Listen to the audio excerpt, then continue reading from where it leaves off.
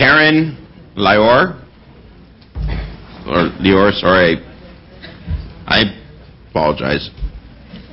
Thank you for the correction. 3 minutes, go ahead.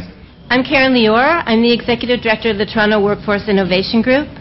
I'm here to speak about the assessment aspect of the employment services managed and delivered by the City of Toronto, which is one of the areas discussed in the KPMG report on pages 18 to 24.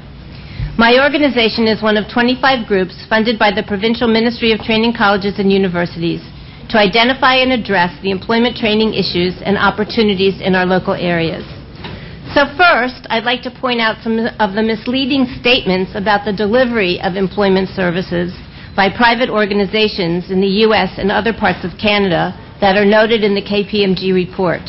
And second, I'll talk about why it's important to keep Toronto's employment services managed and delivered by public servants.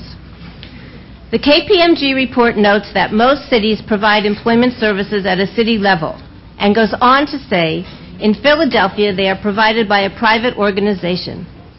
The private organization in Philadelphia, as well as those in Chicago and in Boston, also discussed in the KPMG report, is actually the Philadelphia Workforce Investment Board, the Chicago Workforce Investment Board, or the Boston Workforce Investment Board, which are part of a federal framework in the U.S.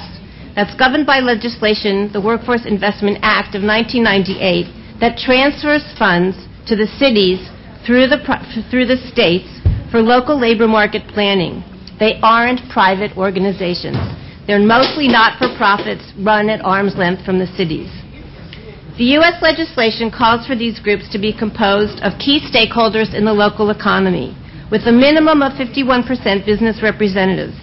All of the examples cited in the KPMG report are organizations or agencies that are made up of a cross-section of stakeholders, including business, labor, nonprofit delivery agencies, labor market intermediaries, and educational institutions. If you want more information about that, we have a great report on our website called Planning to Succeed, Integrated Approaches to Local Labor Market Planning from the U.S. and Europe.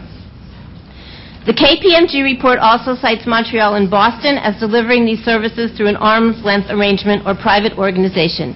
Again, not quite the case. Montreal has a multi-partite group that oversees employment service delivery, and Quebec has a 1% training tax. Employers who expend less than 1% of payroll on training and development have to contribute to a shared pool of funds that is used to support training and education delivery. Those funds are managed, again, by a multi-partite stakeholder group. Following the recommendations made in the KPMG report about using a private organization to deliver employment services would be done without a full understanding of how this is managed in either the U.S. or in Quebec. Thank you very much. Councillor Perks, 1 minute, ask questions.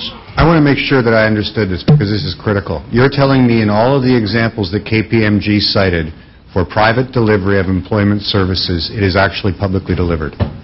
I'm telling you that in all the examples that KPMG cited, they're all legislated bodies that are accountable to the public for the funds through extensive consultations on a regular basis, both internal and external. Would that be similar, say, to the way that we own Toronto Hydro, it's arm's length, and it reports to the Ontario Energy Board? It would be similar, except for the extensive consultation and review process that goes on. Well, I've been to an OEB hearing, so I understand what you mean when you say that.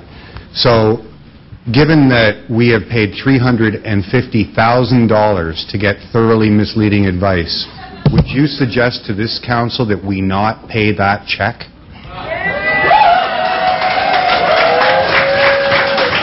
Councillor Layton, you're up. Councillor Layton, you're up. This just very quickly, because we've been through here a couple of times where some jurisdictional example sections are completely blank. This one has 3 sentences, and actually it has 5 pages, but. Well, but in the jurisdictional examples for what you're speaking about, there's 3 sentences of actual information for us. Are you saying that in fact is not only incomplete, is in fact false? I'm saying that inaccurate. I'm saying that it's incomplete, and it's important to understand the context of the way these services delivered in the other jurisdictions when you're making a decision about how to use public funds. and perhaps that the statement, there may be some savings associated with it, which is how KPMG worded it, that might be questionable at best. There's no research that shows... No, sorry, that's it. That's 1 minute. Councillor Wong-Tam. Thank you very much, Mr. Mayor. Karen, thank you for the deputation. Considering the flaws in the KPMG framework and their recommendations that came forward, very quickly, in less than 40 seconds, what should we be doing differently to ensure that Toronto has a proper labor market strategy? I think that what we could do differently would be to engage all the stakeholders in a very consultative process to figure out what our labor market needs. The city's economic development department talks about the hourglass economy and how to change that dynamic. I think it's important. Michael Thompson's committee itself is talking about that. I think it's important to consider how to do that through a widespread examination and by bringing people with expertise and energy together. And can you help us lead those discussions? I would be happy to do so. Thank you.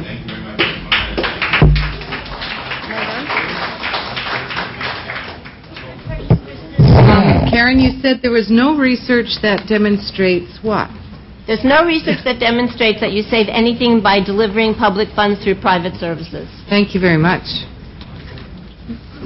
That's it. Okay. Thank you very much.